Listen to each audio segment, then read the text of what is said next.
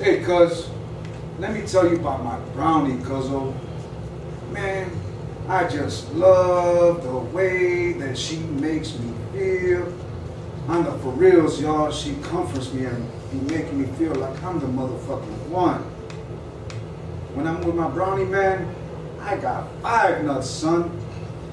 I could take on anything and everyone without a gun.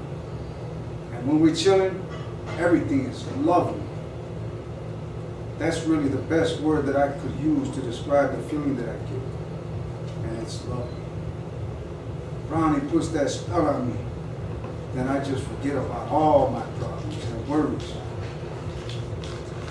And the pain, man, it just fades away, Joe. At the same time, though, I mean, I could literally be chilling with her for days on end, and when all my money is gone, she'd be leaving me bogus. Oh, leaving me feel like I got robbed without a gun. Oh. When I get some more chop, I go running back to her, sucker stroking like a goddamn fool. I wish I could take the pain, but if we could make it through the night, there's a brighter day. Everything will be all right if we hold on.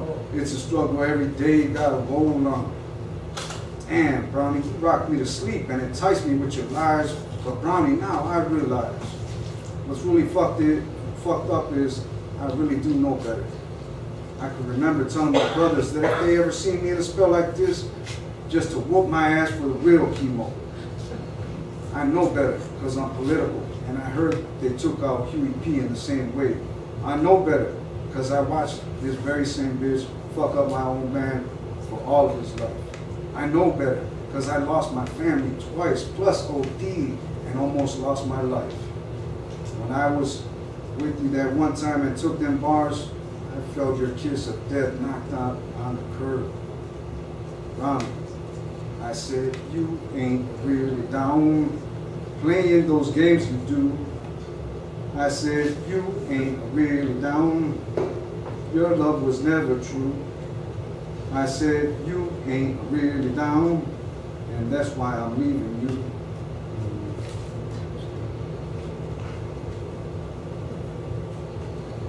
So a lot of people are there.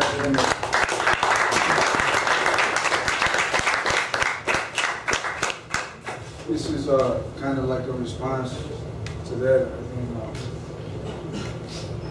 why a lot of people have asked me, why'd you come here? Why'd you come here? Or whatever. Heard it a few times, but this is why I can be here. Rest in peace, Luis Castillo. How should I remember my jefito? Should I laugh or cry? Should I kill or die? I think, and then sigh as a tattooed tear runs away from my eye. Man, Joe, I was on vacation in McAllen with my loca coming straight out of the shot. We hit up San Pedro Island and Nuevo Progreso, Mexico, and had a blast. Who could have knew that by coincidence I would be in Texas just to watch you die? I had to cut the vacation short because I received that fucked up call listening to my hermana say, Joaquin, get to San Antonio as fast as you can because Dad is sick and the doctors say that he might not see another day. I didn't want to ruin everyone's good time, so I didn't make a fuss. Just kissed my baby goodbye from McAllen to San Antonio. I just got on the bus. Crazy ass bus ride. I had a lot of time to think. I used to watch you and Theo smoking weed and jamming on the guitars, hoping and wishing that one day I could do the same. I could remember that when I was about 5, Dad, you selling dope, and our house got raided. That would be the first time I ever got choked up by the pigs. I remember when I was a teen and how angry I was at you, asked me to help you with your habit. I was an asshole and just said, what the fuck do you want me to do?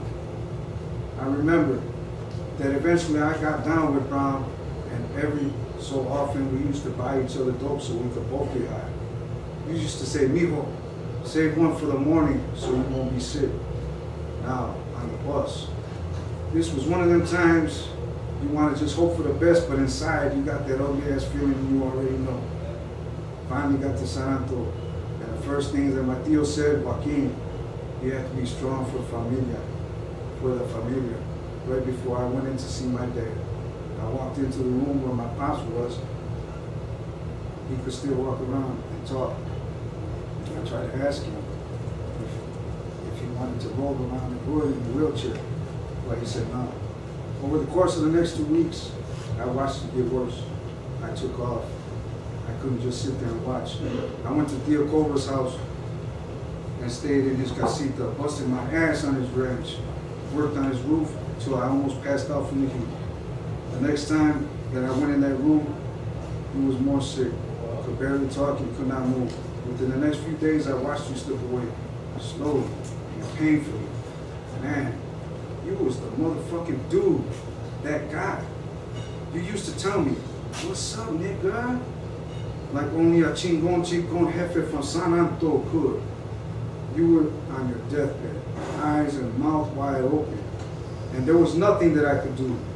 I was pissed because they wouldn't even let me give you any water. You hadn't had any in days. You would moan in pain and that's it. I looked at you and asked, Dad, what do you want me to do?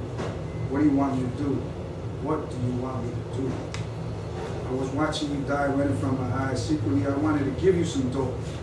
I thought that's what you might have needed to snap back and just sit up and talk to us for a while. No? And take the pain away. And then I thought I could just give you enough dope to take the pain away and make you go to sleep forever. They call that dope fiend heaven. And now, how should I remember my jefito? Should I laugh or cry? Should I kill or die? I think in that side as a tattooed tear runs away from my eye. Man, this isn't supposed to be how you go out. Dad, this wasn't meant for you. I watched very closely, like a giant fist was gripping my chest and squeezing. Then I watched you breathe your last breath. This is not how OGs go out. My mind rejected death momentarily until all of the women ran into the room and began to scream. And I will never forget Karina's trembling voice. I love you, Dad. Jefito, you had a gangster-ass funeral. Mick and Jess came out from Detroit to show love. Castillo funeral, Castillo hearse, Castillo familia. And for that moment in time, shit, I felt like I was Castillo. I find myself searching for redemption because maybe if I would have helped you when you asked and wasn't such a fucking punk, things would have not have turned out like this. Jefito, El Chingon Chicon de Santon, yo, you was that motherfucking dude, that guy. And now I'm just wondering one thing. How should I remember you? Should I laugh or cry? Should I kill or die? I think in that side has a tattooed tear.